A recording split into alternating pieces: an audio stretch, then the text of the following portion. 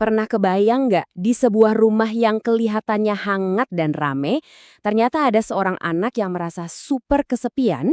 Ya, itulah yang mau kita bedah kali ini.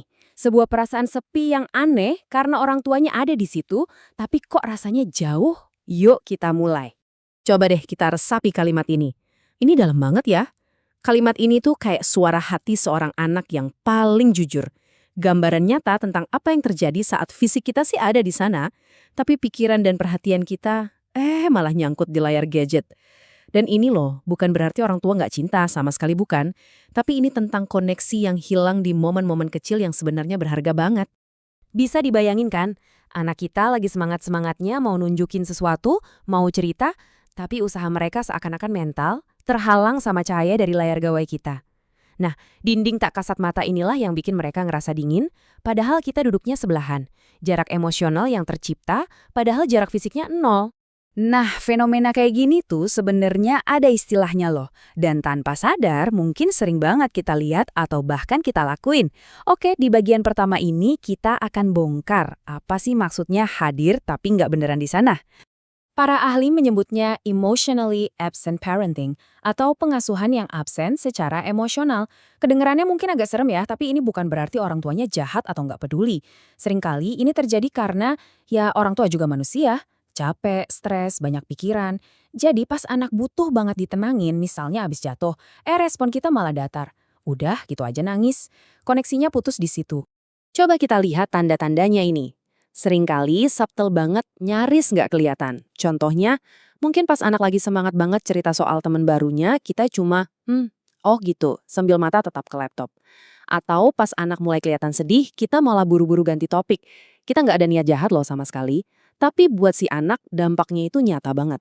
Nah, jarak emosional yang kelihatannya sepele ini ternyata bisa jadi luka yang nggak kelihatan. Dan justru, luka yang nggak kelihatan inilah yang seringkali paling dalam.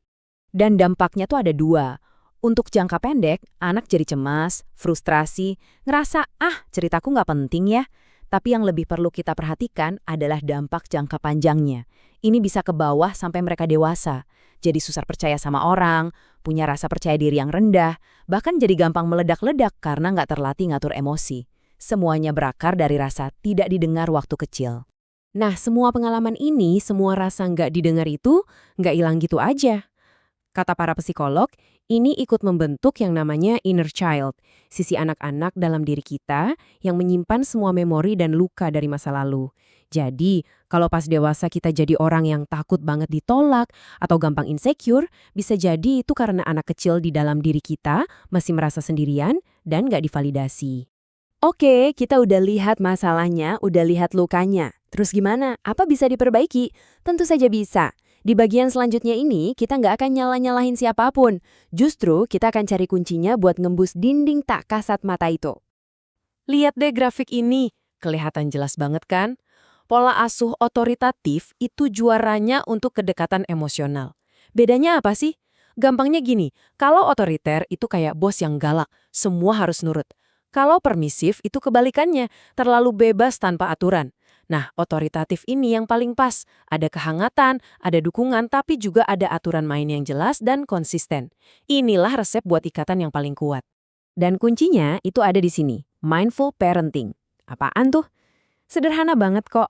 Ini cuma soal keputusan kita untuk hadir seutuhnya. Bener-bener hadir. Bukan soal waktu berjam-jam, tapi soal kualitas. 5 menit aja, tapi bener-bener fokus. HP ditaro, lihat mata anak kita, dengerin cerita dia. Itu efeknya luar biasa. Jadi gimana caranya? Nah, ini ada 5 langkah praktis buat mendengarkan secara aktif. Gak cuma dengerin pakai telinga, tapi pakai seluruh badan kita. Kontak mata, ngangguk, itu penting. Terus coba deh ajukan pertanyaan terbuka. Bukan yang jawabannya cuma iya atau enggak. Tapi yang paling powerful menurut saya itu nomor 5. Validasi perasaan. Kalimat kayak, "Mama ngerti kok kamu kecewa," itu seperti pelukan buat emosi mereka. Ini mengubah obrolan biasa jadi momen koneksi yang mendalam. Pada akhirnya, semua tips dan strategi ini muaranya cuma satu. Satu janji yang sangat fundamental dan kuat. Dan inilah intinya. Tujuan kita itu bukan jadi orang tua sempurna. Karena, nggak ada yang sempurna kan? Tujuannya adalah jadi orang tua yang hadir. Benar-benar hadir. Cuma 10-15 menit sehari tapi fokus, Tanpa gangguan apapun, itu sudah cukup buat membangun fondasi hubungan yang aman dan kokoh buat anak kita. Ingat, kualitas bukan kuantitas. Ini menyisakan kita dengan satu pertanyaan untuk direnungkan bareng-bareng. Lain kali, saat anak kita datang dan mau cerita sesuatu, di mana perhatian kita akan berada? Pertanyaan ini bukan buat menghakimi, tapi sekedar pengingat kecil. Seberapa berharganya sebuah kehadiran yang sesungguhnya.